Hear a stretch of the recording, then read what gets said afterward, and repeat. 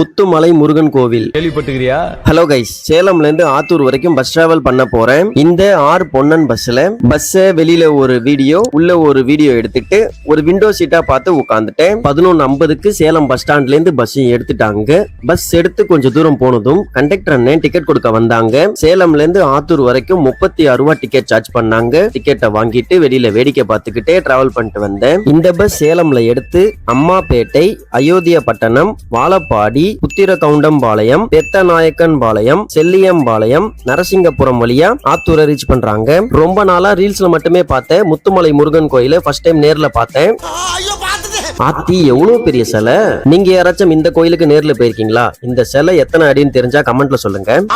பஸ்ஸோட டைமிங்ஸை வீடியோல மென்ஷன் பண்ணிருக்கேன். 1:25க்கு ஆத்தூர் பஸ் ஸ்டாண்டை ரீச் பண்ணிட்டாங்க.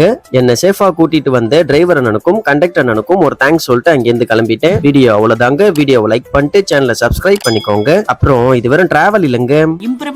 Information is wealth.